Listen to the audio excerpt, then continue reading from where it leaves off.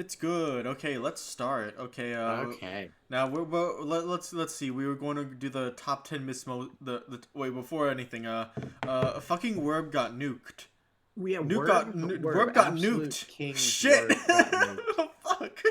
No. Oh It's no. so sad. Uh, he currently has a second channel that he might do something with. He I think might yeah. get his first channel back, and I think now he's streaming his chapter reviews on Twitch. Nah. I wish the best for him. If you were a fan of his stuff, make sure you check out what he's doing now. Yeah, Honestly, I remember when I saw that, I was like, "Can I do something about this?" I mean, I'm a big YouTuber guy now. I have like big. 60. You're I have 60 big. followers on Twitter. Can I do something about this? No, it's too bad. Yeah, I know it is really bad. Oh, he said he's in contact with like actual big YouTubers, so hopefully they'll do something. Yeah, But in the uh, meantime, our shitty little side channel can give a shout out. yeah. Just pray for Werb, I guess. Pray for Werb. Yeah. All right.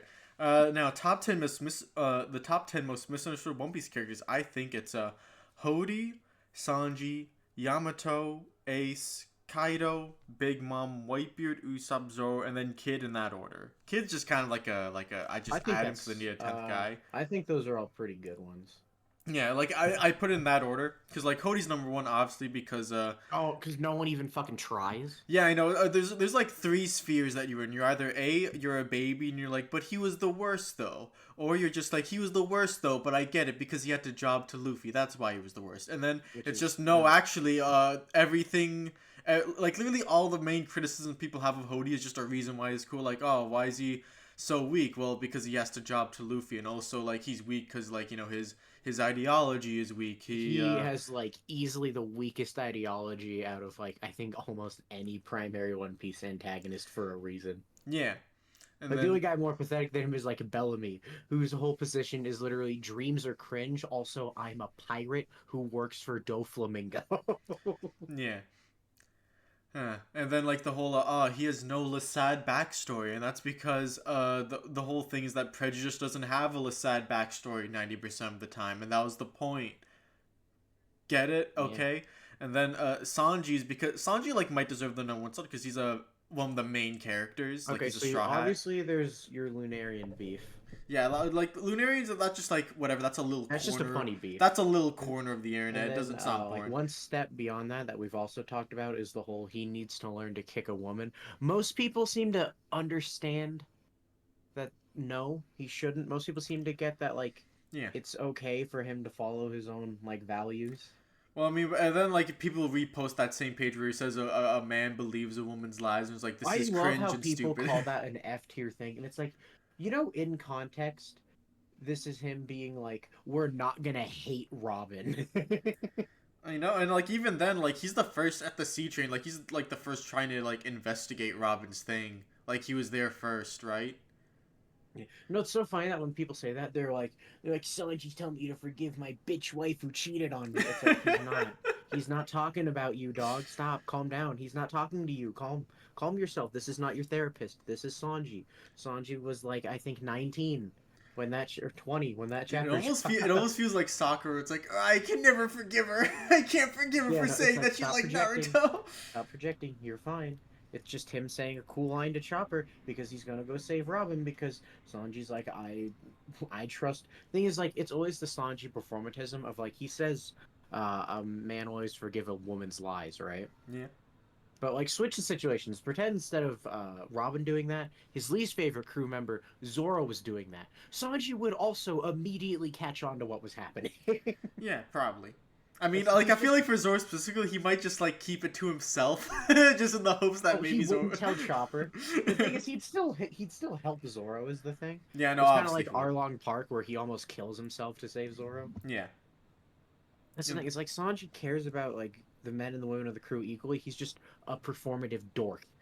yeah, basically. And then And then the We could talk about Yamato later, I guess, because we got is a there anything honestly. else with Sanji that like is like people get a lot of small things. Is there anything else big that oh people who are like mad he broke the raid suit are like really dumb, like really dumb. I haven't seen many of those honestly. I I think think most they've people been get it. dying off a bit because they like his new power. Yeah, I guess. Oh, and then there's also just the whole ooh he a pervert. I guess my blazing hot take is like people's least favorite Sanji scene is when he almost dies from the nosebleed on Fishman Island. I think that's fucking hilarious. Oh yeah, no, dude, he's been pent up for 2 years, and suddenly he's in paradise. Like, And no, the fact that he almost fucking kills himself I from a know, nosebleed, and then the fact that that turns into very important world building about like the blood I sharing know, laws and of about Fishman Island. yeah, that was It's so that was I actually Kino. I fucking love it. It's because like it's such a perfect payoff and setup that both is really good for the lore and the setup for the rest of the arc, while also just being really fucking funny. That the first Straw Hat to almost die in the New World, not even in the New World, before they got to the New World, was Fishman Island because Sanji hasn't seen a lady that he thinks is hot in 2 years. I know, it's like I get it. Sanji doesn't have to be your role model, but It's so fucking funny. it is funny. And then Yamato, we got to comment about Yamato, so we can talk about that later. Even though I Okay, feel like no, we've I talked think we about can Yamato just too no. much, honestly. I think we should just talk about the new thing because we've talked about Yamato a lot. We have one new thing that we may have mentioned, but we want to mention it more closely, which is we've seen this a lot, which is the thing that Kaido forced Yamato to be a man. Yeah, yeah, yeah. And the first of all, it does make sense because Yamato still happily identifies as a man after Kaido gets defeated. But blah blah blah.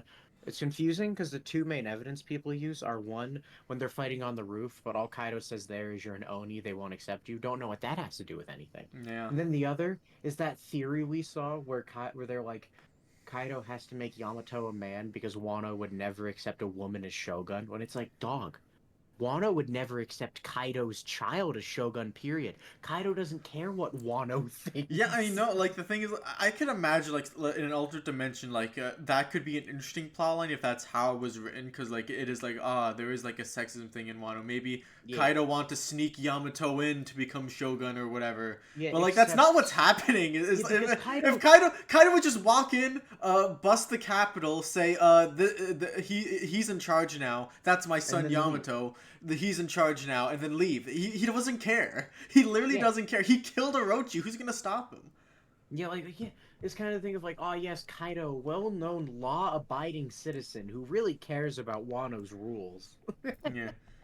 Should we talk Weird. about that whole comment now or later? No, no, no. I think that's the only part. No, because the other part of the comment is about SBS, which we can talk about later. Yeah. Okay. And then after that, Because the we rest of the Yamato shit is just stuff we've already talked about, which yeah, it doesn't. is. So I basically, want to stop everything else talking you've said about about Yamato. It's Yamato, not fun plus anymore. this new weird thing. Oh, also, I guess we talk about how no one understands Yamato's character development. Like, people pretend there isn't any. Yeah, it's just like I want to go out to sea like Odin did, but then we're like, wait a second, if I'm gonna be a cool protector of Wano, I should maybe not jump out of Wano and instead protect it instead. Yeah, where it's like Yamato, through trying to follow the ideal of Odin, ends up being a better Odin than Odin was. Yeah, because Odin left Wano, then Kaido came in, and then if Yamato left Wano, then like Green Bull Green might Bull or come back someone or would have something like taken that. over. Yeah. So again, pretty simple. Ace, we've talked about this in the first Bad Wolf's opinion, I think, where people like think that like Ace was being set up to be Pirate King by Whitebeard. That's also why Yeah, getting, Whitebeard's like, on this list. groomed. I know. You just go back to the first one, Bad Wolf's opinion, if you want to Yeah, hear I that. think the other thing with Ace is people are always like oh I can't believe they killed this man's potential. Ugh. And it's like, yeah, dude, Ace probably would have been strong, but I feel like a lot of it comes down to like, oh my god, he was Roger's son, dude. Genetic. Dude, genetics are so important. Luffy got Garp's back muscles. Don't forget. It's true. And dude, Sabo, who from what we can tell is way stronger than Ace was, it's got, you know, Sabo's dad was well known for being an absolute No. badass. We're gonna meet Sabo's grandpa, and it's gonna be like I don't know, like Like a Garp's second like a cousin. no no no Garp's no second Sabo's cousin. grandpa is gonna be one of the fucking gods knights. No, it's gonna be like that blonde Gorsei. It's gonna be the blonde Gorsei, man. Believe me. You're the ultimate nobleman, Sabo. Come with Yeah, me. so just the Ace was getting groomed thing. Oh, also another thing is a lot of people say when Ace was introduced in the story, he was introduced to die. Oda has outright said in interviews that that was not his plan when he introduced me. Yeah, you know, and like even then, like his role in Alabasta certainly wasn't just to die, right? Yeah, not in the slightest. No. And then we have Kaido, who I think we also talked about a lot already on this channel. Yeah, we're just kind of just like he's not just a big, strong, dumb guy. Kaido has like a pretty clear thing about death and his perceptions of himself. I feel like this is getting better because it seems like YouTubers are reaching the point where they're like kind of willing to admit that Kaido is an interesting character. Unless you're Mords, then you say he contradicted himself because he didn't cut off Luffy's head or something. Yeah, yeah. Okay, so then we have Big Mom, who is just like people don't like goofy characters who are also strong because they think it undermines the strength of the character. Well, also they are like petrified of the thought of a character having amnesia ever. Yeah, I mean, I guess like to be fair, amnesia is used like horribly sometimes. Like I'm not exactly sometimes. Yeah, I know.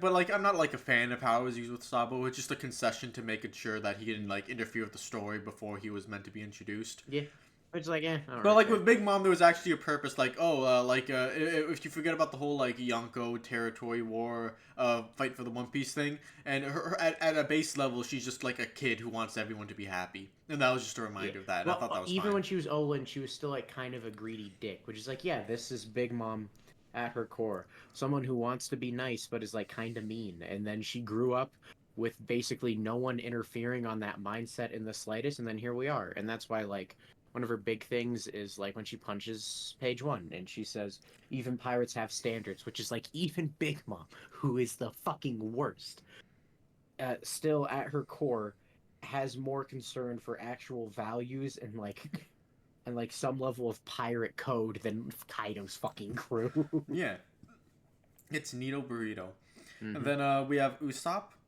who like this is just kind of a normal thing, the coward character, and I don't like them. Like I think like the latest guy who got a lot of flack for that was like Zenitsu, or maybe someone else. I don't like Zenitsu, but that's not because he's a coward. It's because I hate his romance with Nezuko.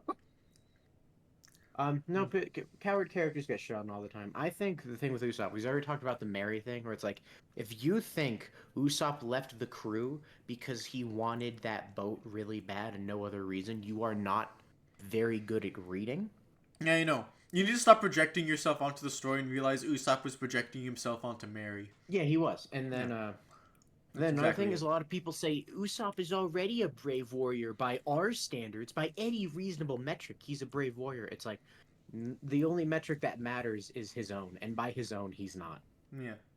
Like it's like, oh, he leads so many men. He has great observation hockey. He can fight so well. It's like, okay, but to Usopp that doesn't count, which makes sense because he can't turn on observation hockey at will. He only got all his men through getting his ass beat repeatedly. It makes sense that in his mind he's not there yet. Yeah, you know, like if his idea like people are like the warriors of Elbath, then he's not. Like he can't bravely charge into battle like without any fears whatsoever. Yeah, and I think it's pretty obvious that like wait. Oh no, we forgot to go to the Okay, we should go to we should go to making a video. Okay, gonna have to edit that little slice out. We gotta remember to go into the stupid little making a video chat room. All right. Getting would have this. Yeah. Okay, and then after Usopp, it's Zoro, which is kind of just people. It's kind of like almost like the Urza thing we talked about last time. We're just like, they're just a badass, and I don't think that's interesting. And it's like, well, they have a bit more going on. Yeah, I think my favorite Zoro thing that even the most diehard Zoro fans never talk about is the fact that Zoro's a fucking dork, and I love him for it. No, he is a dork. Because my favorite bit of Zoro character building in the early couple arcs is Little Garden, where when he's getting turned into a statue, he poses, and now he's like, "What the fuck are you doing?" And he's like, "I want to look cool when I die as a statue."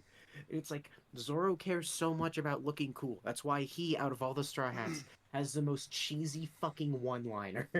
I know, it's great. And love him. That's why other things, like, I remember a funny one is when Zoro's putting on his bandana against Kaku. Kaku's literally like, what, you tried to look cool? Is that going to make you tougher? And that's kind of what it is. When Zoro thinks he looks cooler, he fights better.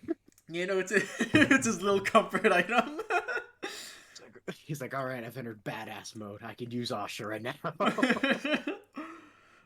It's like, yeah, I think that's an undervalued aspect of Zoro. He's not this super cool stone hard badass. It's like a he's a stone cold plain killer. dork. You know, if Like, Luffy yeah, asked him to, he'd kill any other crewmate. yeah. It's like he's also like he's a straw hat. He's a fucking dork, and not just ooh he gets lost. Like no, his personality is dorky.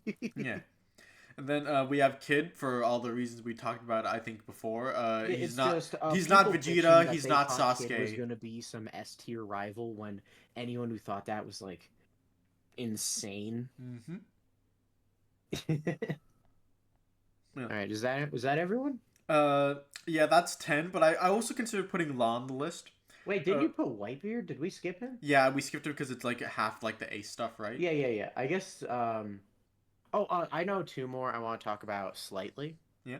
We can talk about Law for a bit. We already talked about Law, which is just if you think he's supposed to die, stop. He No, might, this is but he just might a. not. Actually, it's a more particular criticism that our Oh, good you friend mean that like Gucci. do you mean the old one of like he's too edgy for One Piece? Not just he's too edgy, like the idea that like he's too like special or he has too much going on. Like if you list off a bunch of his traits, it'd be like, what an OC. He has the ultimate devil fruit. He's a supernova. He has the most tragic he has like backstory. a top He's a 5 member devil of the fruit. D clan. He's a warlord. And it's just like yeah, he's all of those things, First and of that's all, fine. if you're gonna make the OC memes about anyone, make it about Sabo Yeah, because no, they're a Sabo. lot funnier. Yeah, no, 'Cause like he's Sabo. It's Luffy's like secret Sabo is third yeah. Luffy's secret second brother with Ace's fruit, who's Dragon's right hand man, is an infinitely funnier OC joke to make than Law, who's just like a cool guy. Yeah, I know. Yeah. Like, I feel like you could Yeah. just as quickly apply all that law crystal to like Ace or Yamato or one of the villains like Kaido or Big Mom. Yeah. There's just a lot of important One Piece Like you characters. just list off a bunch of cool stuff they did and saying this is too much, and it's just like, what do you mean Because in too One Piece, much? it tends to be that having connections to the big people in the world is often part of the thing that inspires you to go out and do big things. Yeah. All right, and then do you want to talk I about? want to talk about Dragon for just half a second, which is two Okay. things. One, me being petty. In an O'Hara video, he speed read a chapter and said that Dragon threatened to kill Kuma, which is what he said, and that was real. It's when Dragon said, "Kuma, if you keep talking about my son, you may as well kill me because that's my weakness." O'Hara was speed reading and thought Dragon threatened to kill Kuma, which is just really funny. You know, the Dragon thing. That's A me. bunch of YouTubers have basically made like several 20-minute videos about this. Like I know more chats. I know a couple other people have. But it can basically just be summed up with Dragon is not a pirate. Stop asking him to do pirate thing. It's like the Ginny thing where it's like, oh, why didn't he pull in Ennie's lobby and like fucking punch Like, wage war on Mary he's Joa the for general Ginny? of an army. And it's really funny because it's like Ginny should have inspired Dragon to overthrow the Gorosei. Wait, what's that? That's what Dragon's already working on doing? Yeah, I know. Like from What? Dragon's perspective, like he wants to free all the slaves of Meridior. That's his end game. So like he is trying to do that as quickly as he reasonably can by being a reasonable military kind of guy. Like leader of a military force, and not just a leader of a ragtag group of heroes who are just gonna bust in and take their one friend and then it's leave literally and fuck just off. he's not a pirate. Stop asking him to be a pirate. You're dumb. Yeah. And Okay, then, so yeah. what was next after the misunderstood people? Stop distinguishing between villains and antagonists. Now, I get on one hand, it's very tempting to do this with One Piece because morality is a big thing. Like, who's a good Marine? Who's like a bad Marine and stuff like that. But it's more like, is Katakuri a villain? No, he's an antagonist. Stop calling him a villain. What? He killed It's like, three but guys? Katakuri But who cares? Like 3 chefs because they saw his face, so clearly he's kind of a bad guy. What? He works for Big Mom, who's actually Yeah, evil and eats he's Big people? Mom's What? strongest commander? Boy, I wonder how many atrocities Katakuri has committed. No, it's kind of just like like there are series where distinguishing between villain and antagonist can mean something. Like in Death Note, L is the antagonist, but not the villain, because Light is the villain. Yeah. But in One Piece, it's kind of just like most One Piece people who we go up against are bad to some degree, so it's usually fine to call them a villain. I know. Even people who are like a pretty upstanding character, like Smoker, he has like a couple bad things. Like for one, he works for the government, and for two, he runs a ragtag group of psychopath Marines who burn people alive. He does. And it's great. Well, I guess like I could understand if you want to like really like die on that hill and say no, Smoker's not a villain, he's an antagonist. But like for someone like Katakuri or Magellan, which I Oh, usually see that happen, just like but Magellan is no, crazy. dude. Magellan's insane. Yeah, no, He he runs just Impel Down. Impel Down is like one of the most evil places in all of One Piece. no, like he's literally just walking through the halls with Hancock, and then as soon as like one of the prisoners just speaks to him, he just like kills them. Wrenches him with venom. It's like Magellan is like insanely evil. Like defend Hannibal. Hannibal's a way better warden than Magellan from everything we can see. At And least he's like not a it kind psychopath. of reminds you of that like meme where it's just like the D&D like good evil alignment thing where Yeah. it's like lawful not that bad, neutral not that bad. It's like you can't put good because that's not a thing. No, it's not really a thing among One No, Piece but it's like antagonists. you It's can't, either but you're it's not like that bad or you're just super evil. no, like if you want to call Katakuri an antagonist, that's fine. It's more so like the people who really get into the pedantry of arguing about which one it is. It's like it's pretty much fine to call them either. Yeah. Like it doesn't matter. You're not focusing on the right discussion. All right, and then for the next one, I actually have to thank our good friend O'Hara for this. Our good friend who we have talked to 0 times. Yes, our good friend who we've never talked to before. It's about the Right. origin of Nika's name, because like in one of his videos, Oh yeah, he that was actually cool. yeah, like the apparently like to laugh you could say this is like a pretty good theory for what the Nika name means. yeah, and then apparently like one way to like say or pronounce laugh in Japanese is Nikato Waru. So Nika, the first part, that might be where the name comes from like the first part of laugh. I have a screenshot like, here in my folder here. It's like that's pretty cool. But all the stupid theory channels when we were really going through the like Luffy Devil Fruit theory schlock, they never talk about that. They always try to do some other dumb shit with Nika, and it's like, my guy, Nika is so like uncomplicated. He's a happy smile man who's associated with the sun because in One Piece the dawn represents like freedom in a new era. But It he's literally Hanuman. could not be more simple. But he's Hanuman and Sun He- Wukong at the same time. He is both. Like he is slightly both, and that's cool. But like, who cares? Also, like it's interesting, but like, it's more so just like, oh, that's fun trivia that Hanuman thought he ate the sun or some shit, and that's kind of like the devil fruit. Or oh, Bajrang Gun means Hanuman gun, cool. Yeah. And also, everything he did in Skypiea kind of just feels like that one Wukong story. Yeah, kind of. And then, since we're speaking of Nika, we can just say Nika was not the snake. Akuma would cry if he learned Nika We've talked demanded about, ritual oh no, sacrifice. we've bitched about the snake before, but it is kind of funny to imagine Kuma being told Nika is a big snake, and he's like, no, it's not. What? But what do you? Nika wants a ritual sacrifice. Come on, you gotta help us, Kuma. It's like Kuma's no, like, what? no, what? No.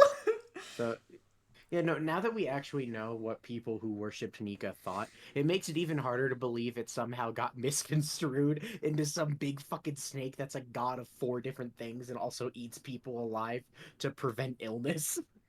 Yeah, like on one hand, maybe like it is part of the story. It's gonna be like, oh, they forgot about it over time because like history was And erased then or whatever. somehow made it That the could be god of interesting, 3 other But things. yeah, but that could be interesting. But also, I feel like the snake's like too unfocused and muddied for it to be like Yeah. a good example of that. It's kinda Like I feel like why a better can't- example would be like, say, I don't know if there's this other religion like we worship the moon god and Nika's a villain and a bad guy and we hate him. Fuck Nika. No, I'll be honest. I think the other thing with like trying to force the Skypiea god to be Nika is like, I feel like it kind of like lessens the world building. That it's like, why can't this group of people that's very isolated from the rest? We know they interacted a little bit because Congola. So why can't this more isolated group have like their own religion?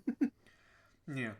And I get like maybe like it seems like the story's trying to pull like some different sun gods and maybe Nika was vaguely like inspired each one. Like I know the Right, last that's chapter the possible. giants or so like our sun god or whatever, so that's possible. But we don't. I know. wouldn't be surprised if like if the story's gonna like retroactively make it that Nika was behind like what was going on with the Shandians. It could be. We don't know. Yeah, it could be. All right. What's next? This is one of yours. Euro used to be Enel's 5th priest. Okay, no, so here's the thing. Here's the fucking thing. Yeah. So for a very long, basically ever since Arouge got introduced, everyone immediately thought something, and that was during Skypiea. We got this one-off What a comment by big the hot leader of those man. berets That's what everyone thought. that, hey, the old Sky Knight of Burka was really strong, but Enel kicked his ass. And then that's like all we learned, and it's like, oh, Mhm. what a strange thing to learn about. And then we cut to Sabaody and we meet a Rouge, this giant, really strong guy who I'm pretty sure is Birkin, and it's like, oh, wait a minute, what? He's Wait a called minute, the Fallen Monk. yeah, yeah, and you're like, or like Mad Monk, and you're like, oh, I wonder if that's him. I'm not saying he has to be him, but that's like the most logical Skypiea theory. But then a bunch of fucking One Piece fans are like, wait a minute, of Enel has to be a perfect parallel to Eam, but Eam has 5 underlings, where Enel only had 4. What do we do? Oda, And you you could hack! say, You should have planned your story better. You no, should have there's a had. lot of things you could say. You could say, 1, why did they need to have the same number of subordinates? That's fucking stupid. 2, Enel did have a 5th big bad guy. It was the guy Robin fought. You could say that too. Or the third thing that everyone says is, wait a minute, if you look at the gates for the tests or whatever they're called, it's a Buddha hand, meaning there's actually 5, and the thumb doesn't have a hole, meaning that tiny little thumb used to be a Rouge's test, but he left because he was the 5th Sky Knight, because a Rouge is one of the Sky Knights, so that the Sky Knights not the Sky Knights, the fucking priests, so that the priests can parallel Eden perfectly. It's like, but why? Yeah, no, it is Like, I just think people the wanting problem is to. like it's not that it's a bad theory. It's just like the theory has almost no evidence compared to the much more obvious. We hear that there Well, I was a wouldn't big say bad. more evidence. I'd say like it's just a lot less contrived, right? No, I'd say there's more evidence because the evidence is we know this. Because the thing is, we know that the Sky Knight of Burka existed. We don't know that a 5th Enel priest existed. That is true. That is one big point in terms of evidence. But I also feel like in terms of just like likelihood, or just like all right, one's like really contrived and talk about like oh there was a secret like 5th thing to also like be a perfect parallel to our new thing, and then the other one's just like oh there's this other character who was mentioned. It could be Rouge. He kind of fits the profile. Yeah. And Also, that's it. he's probably there's a very high chance he's just neither of those things and just Yeah, some there is. other thing. But it's kind of just like it's not even that I hate I do hate the 5th priest theory a little bit. It's kind of just like I hate how nowadays a lot of people are acting like this is the most obvious answer to Aruja's backstory, and it's like it's not though. Yeah, it's not. All right, what's next? Uh, Next we have technical versus thematic storytelling. My favorite YouTube Which is just video. you complaining about best guy ever again. All right, so the big point of this video, like this isn't even like a One Piece video primarily, even though But a he lot of talks it about is. One Piece a He lot. he does, and a lot of it is. I have a list of his bad One Piece takes here just from that No, one video. no, Puff. I would actually say the thematic versus technical thing is more so the thing that you see with a lot of big battle shonen, which is people saying, "Well, in the later half of the story, the strategy was all gone. It was just big, cool fights. Where's Just the like strategy?" Naruto. Yeah, Just like Naruto. yeah, just like Naruto, just like Dragon Ball, just like blah, blah, blah, blah, blah, blah, blah. It's like no, One Piece, just like Naruto, some of its early fights had strategy, and so like the Buggy fight, and some of its early fights were just Luffy punching you as hard as he could, like Krieg. Yeah, I'm more just like, well, I guess like there's a bit of strategy, like he punched the spear first or something like Oh, that. yeah, but also he's going about it the most brain dead way because he's intentionally trying to break Krieg's Oh, armor. yeah, I know. It's just like he's just going. He's just like, I'm going to attack him over and over until I win. That's Luffy's strategy.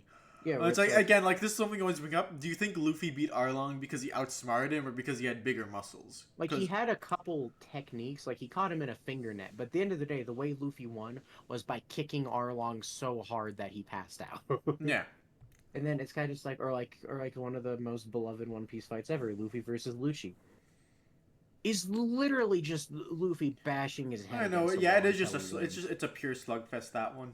Yeah, and it's Like awesome, but the that's thing what the it thing is. I don't like about like the whole premise of this video is that he's talking about thematic versus technical like it's some kind of scale. Like all stories either lean towards one or the other, or like sometimes you don't. need to have them both work in harmony or something. When I'd say like it's a lot more like an alignment chart where a story will just like either care more about the technical, care less, or care more about the thematic, or care less about the thematic. Yeah. And then like he talks about like he puts like certain characters into categories like Luffy's powers are technical because he has to like stretch with momentum, but then Law is purely thematic because he has a doctor motif and that's the rules and they make up new powers, which Even is though true. like all of his powers are established But and then given also, rules and but then it's weaknesses. just like, but wait, isn't the whole point of Luffy stretching the like, he bounces back, he's a goofy guy, like, isn't that like thematic up and down like 100%? Yeah, it is. It obviously is. No, and I think another thing is what he brought up was like he said like Zoro versus King was a bad fight because like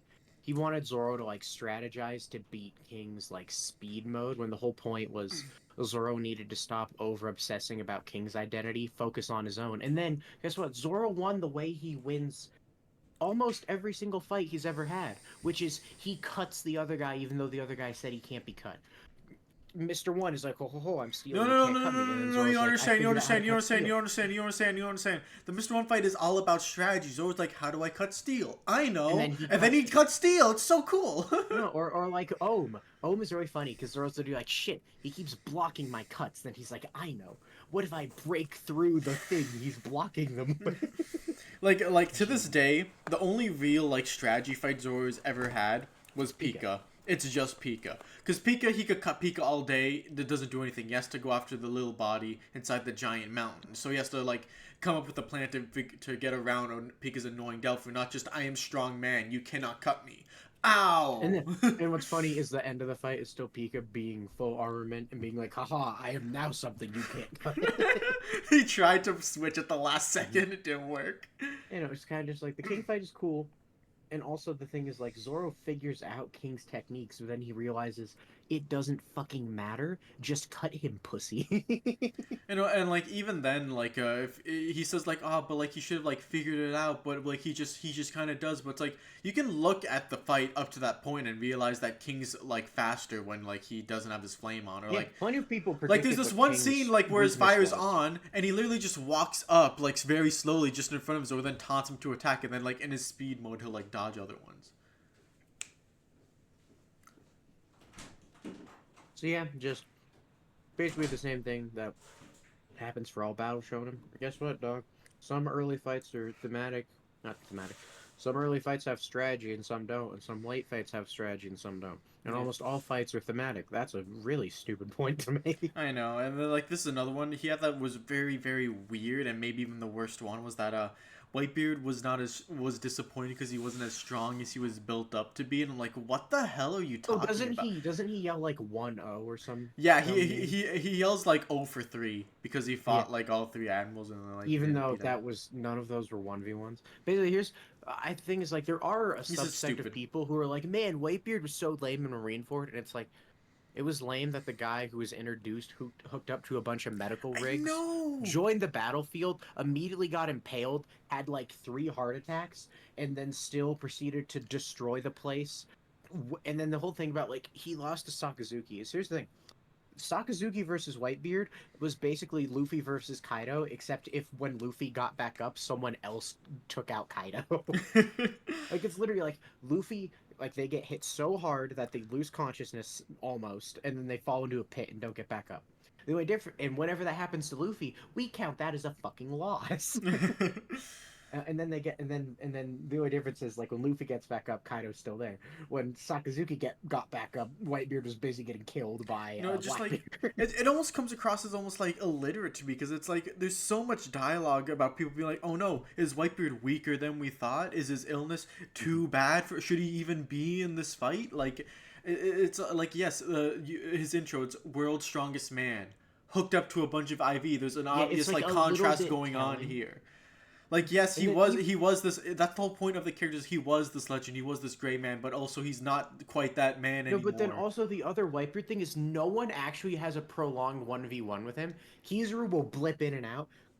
Kuzan will blip in and out. Sakazuki tried and got bodied and fell in a pit. And then Blackbeard tried for 5 seconds and was like, fuck, fuck, fuck, fuck, fuck, fuck, shoot him in the head. No, you're not supposed to be like, oh my god, he's supposed to be the strongest. Why didn't he kill him? Just to be like, oh my god, even though he's an old man who's like literally dying right now, he's not giving up. He Yeah, died standing. and no, I do think that's a big thing. No one was able to like have a prolonged 1v1 with Whitebeard that went well for them.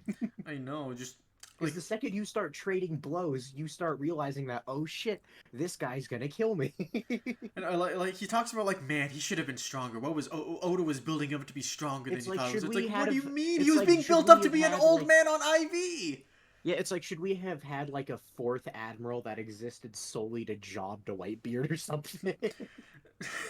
It's like so telling that in like one of the like early moments in the war is just like Whitebeard has a heart attack, then it becomes like, you're too old to be here, punches a hole through him, and then Whitebeard just starts fighting back after that. Like, what do you think that says about the character and the story being told here? Like, what do you think this exchange says? Or like the whole thing about like the amount of injuries he sustained during the war. The whole point is Whitebeard wasn't another combatant. He was basically like an enemy battleship. He was. Yeah, so just a lot of people are gonna be like, yeah, that's obvious, but no, even before that shitty video, tons of people used to say that about Whitebeard, and it was always really weird. Like, it's a funny joke. I like it when it's said as a funny joke. Like, oh, But, for but saying it as three. an actual criticism, it's kind of the difference between like half the time when I call someone a jobber, I just say because I think it's funny. But then people will actually be like, "Oh, dude, that was so lame. How could they do that?" And it's like, "It was funny. Shut up." Okay. And then we have I have a couple of you out already. no, I'm not quite out. They're just small things. Like, did you know that Don Krieg is stronger than Jozu?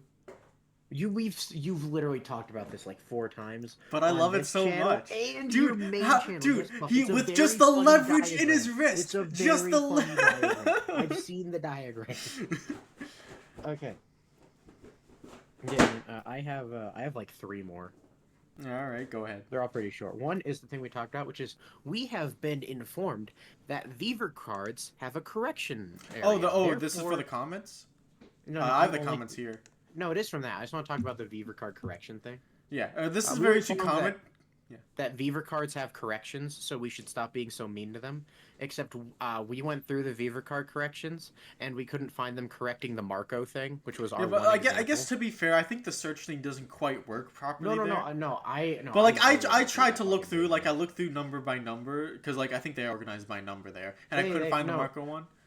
No, I went through it more than you did after you left. I couldn't find him for the life of me. I don't think it's in there. Yeah, okay, like the thing is, like, it's so weird because just like, all right, the 2 things about this correction page, the first I noticed that there's so many, so at first I'm like, do I really want to take this seriously if there's like literally dozens and dozens, more so than I thought there could be, like more mistakes than I thought that was possible. But at the same there time, were more mistakes than I thought possible. Yeah, I know. Like that's why there's like literally dozens. I thought it was just like a handful that I found, and then I was like, all right, well, whatever. But then it's just like, no, like people's like, no, he wasn't born in the East Blue, it was the West Blue, and a bunch of stuff like that. And just like, wow, it's like not very well put together, was it? But at the same time, it's like, well, the fact that there is a correction page and that they're working this hard to correct it does tell me that someone wants it to be accurate and they're trying to make it accurate. But at the same time, it's just like, but there's so much wrong with it to begin with. It's like, can I even take it seriously anymore?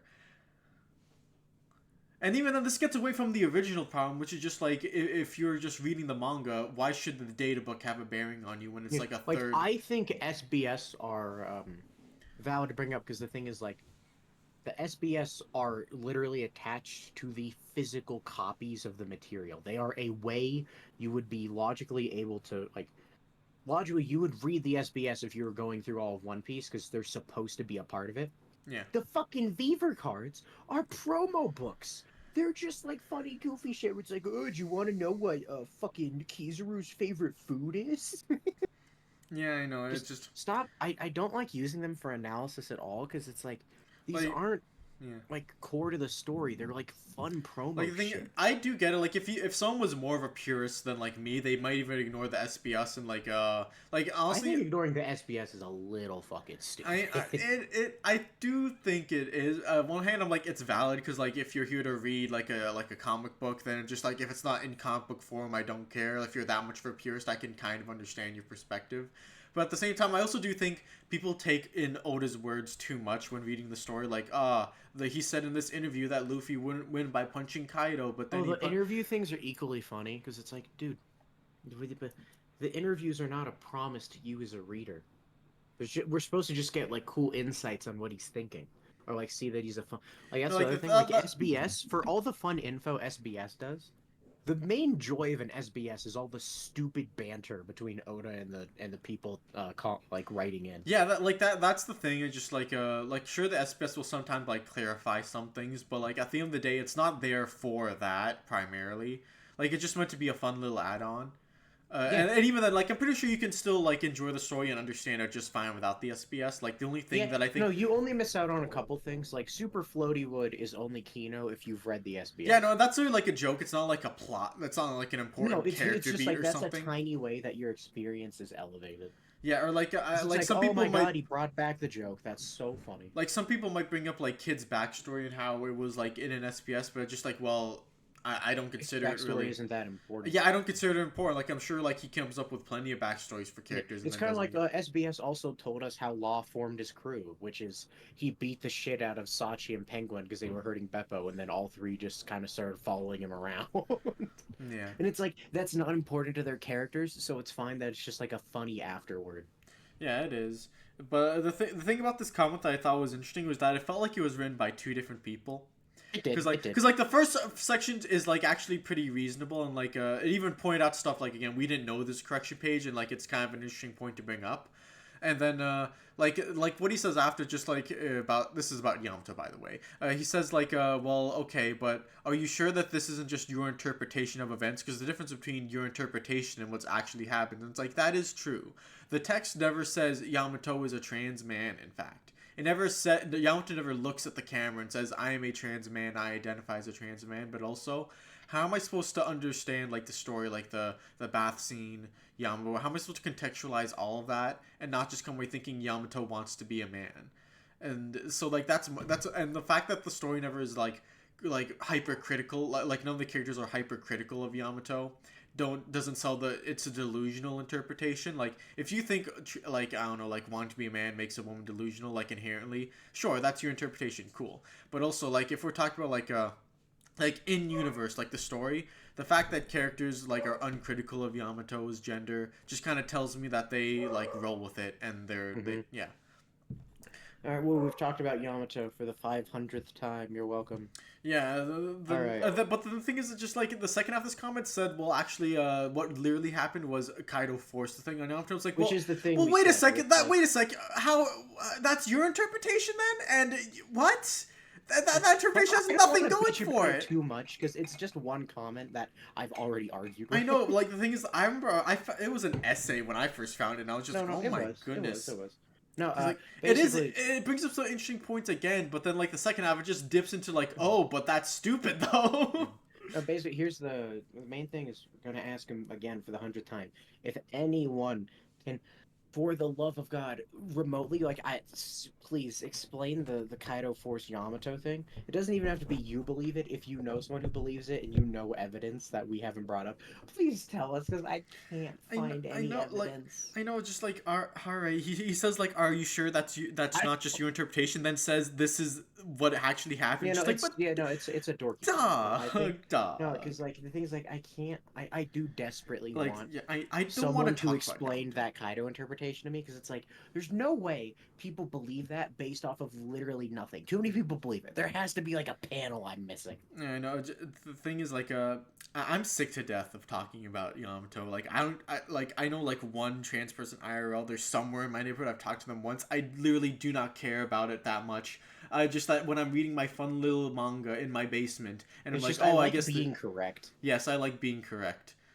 Uh, yeah. And then, And then do you have anything else? Because I have like I have one more. the Admiral Devil Fruit theories. Okay, so here's basically a decent theory is like, oh, did you ever notice how all the admirals have really strong devil fruits?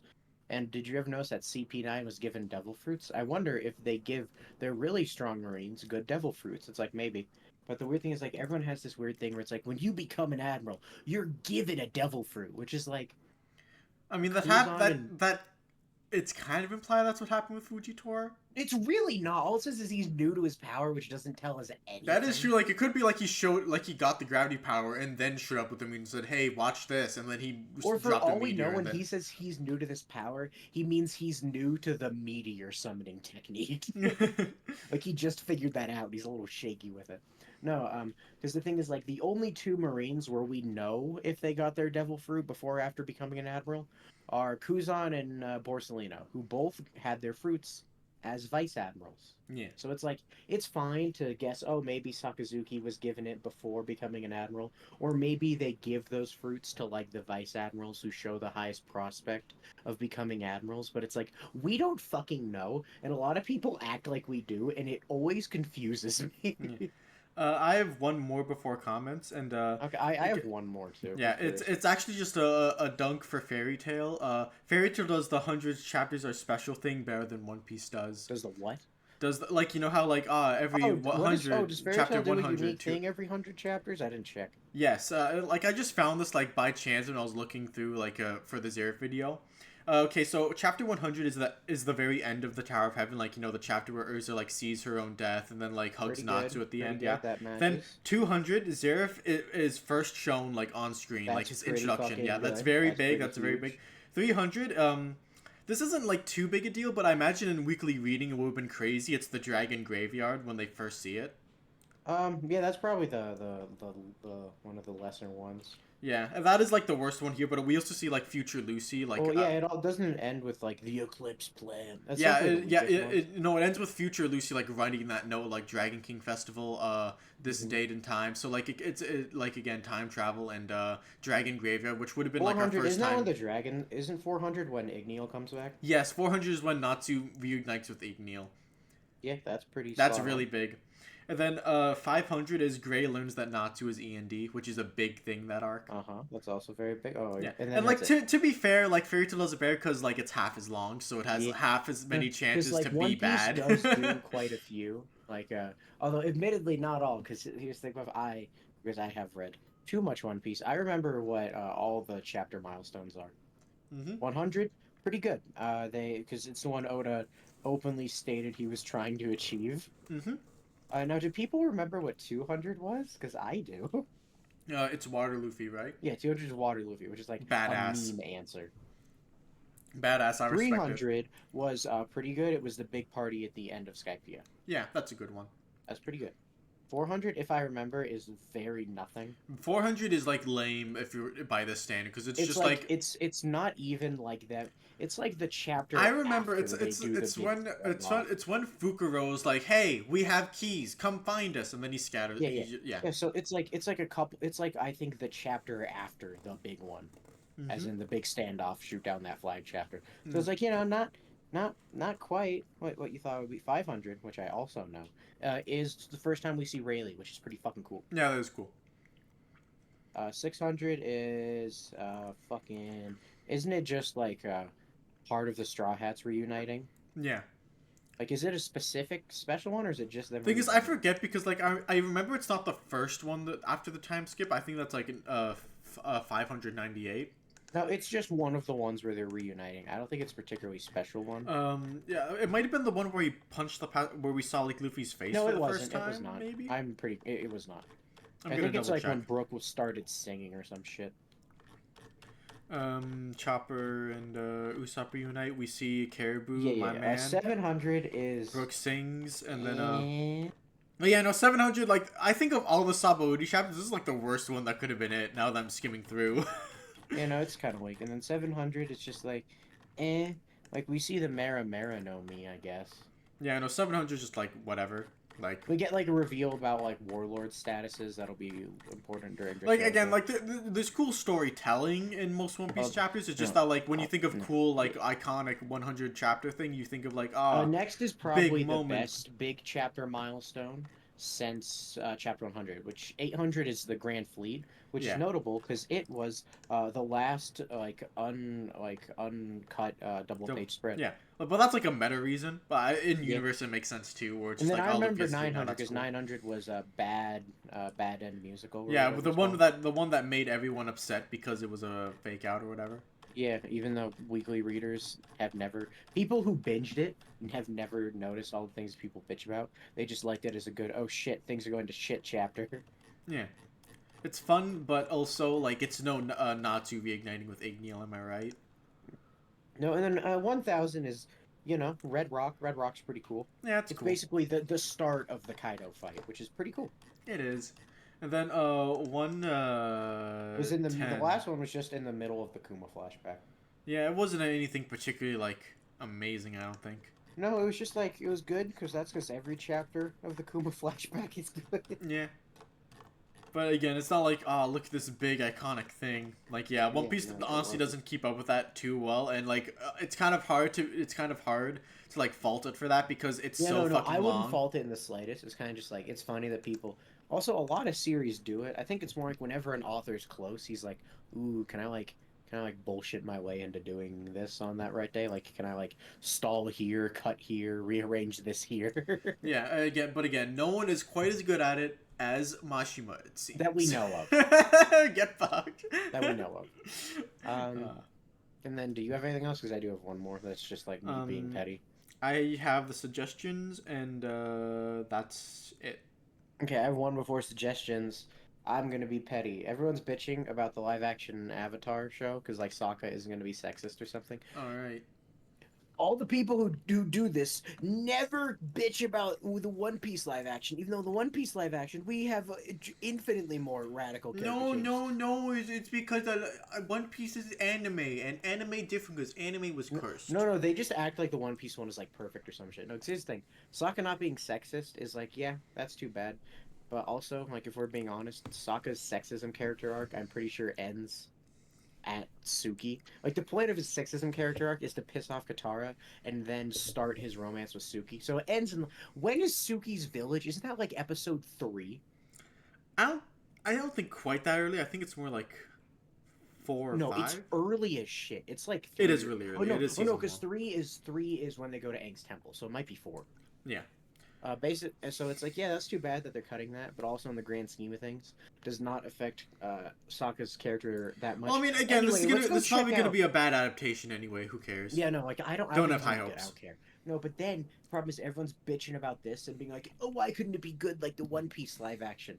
The One Piece live action where Luffy always talks about how he's a good pirate and how cool good pirates are and how you shouldn't be a bad pirate.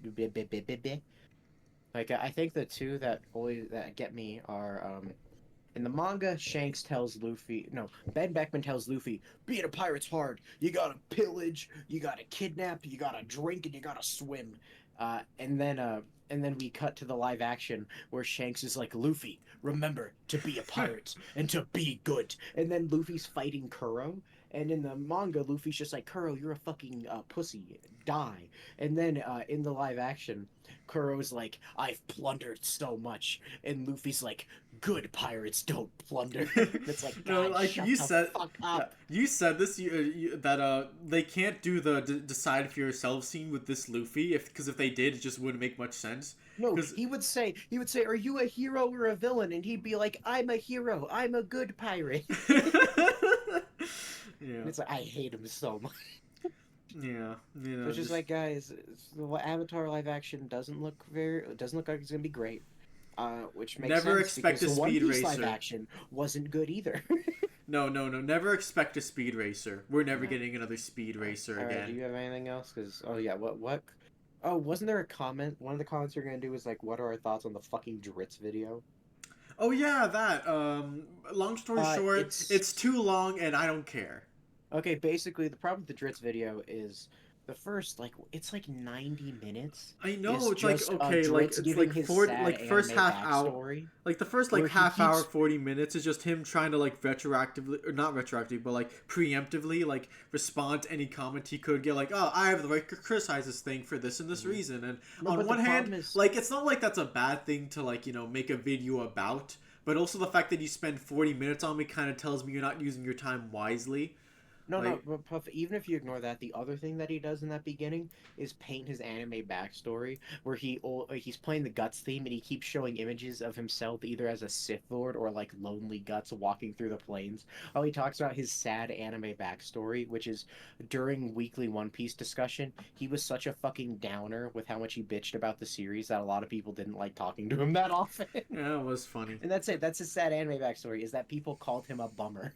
And the thing is, like, I remember some particular points that weren't great in the video, and we could probably add them to Bad One Piece Oh yeah, opinions. no. The big thing with the thing is like his complaints are like 90%.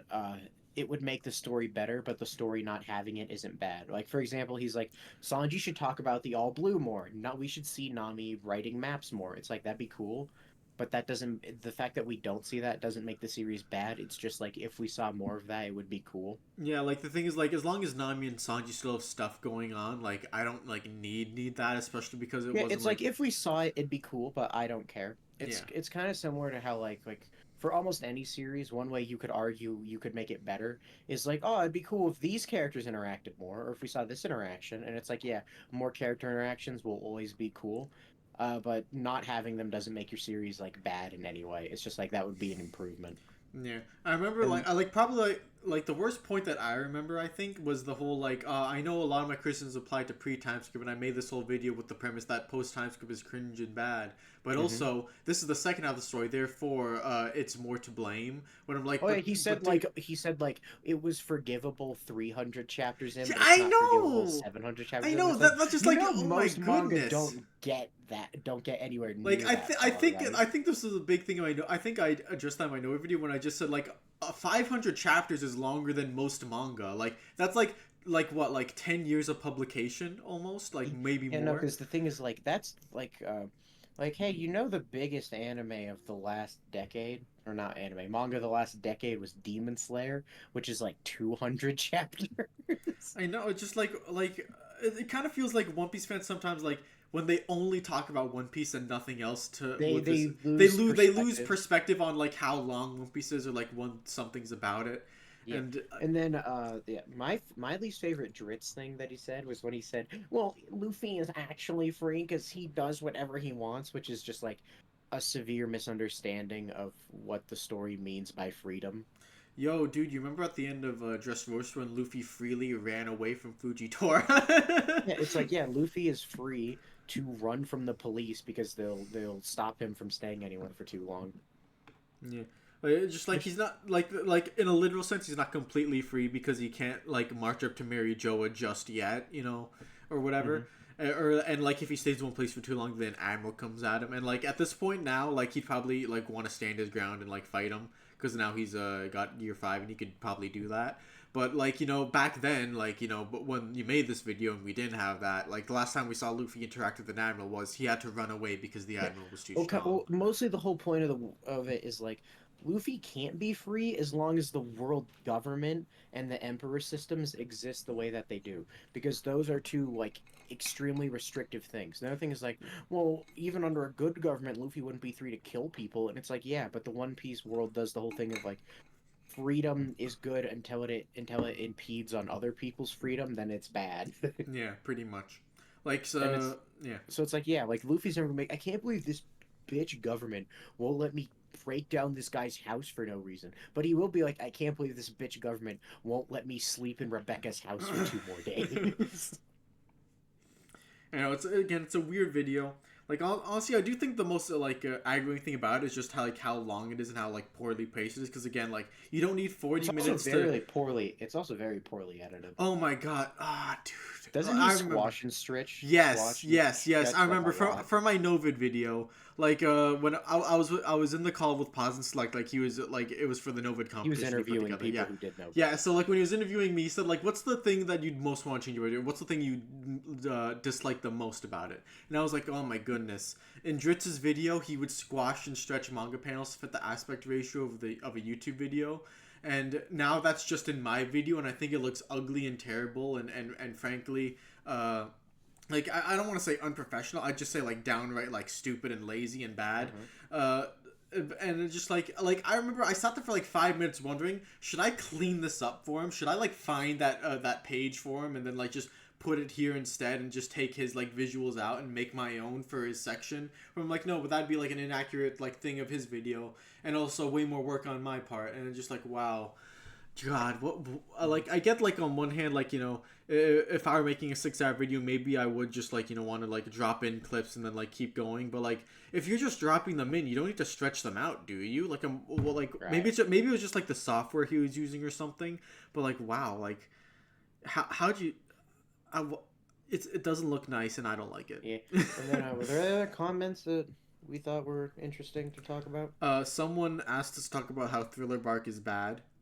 But all they said was just it was so slow in the anime, which is like, yeah, that's actually like kind of an interesting point. Where I would say Thriller Bark was probably one of the earliest examples of like the One Piece arc starting to get really fucking slow in the anime. Yeah. I think like the point where like it started to go from like 2 to 1 chapters per episode was like somewhere like near the end of Eni's lobby, I think. Mm-hmm.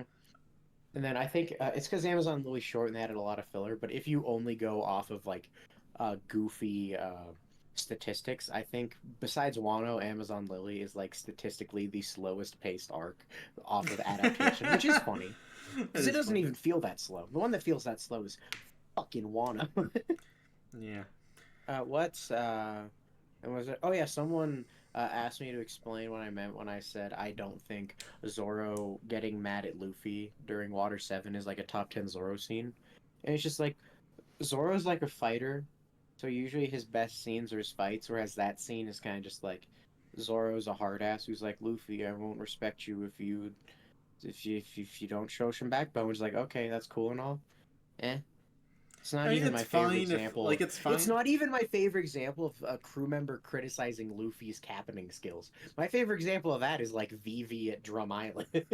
Yeah, like on one hand, like it's not a bad scene, but it's kind of I just said it to be like haha contrarian, but just like yeah.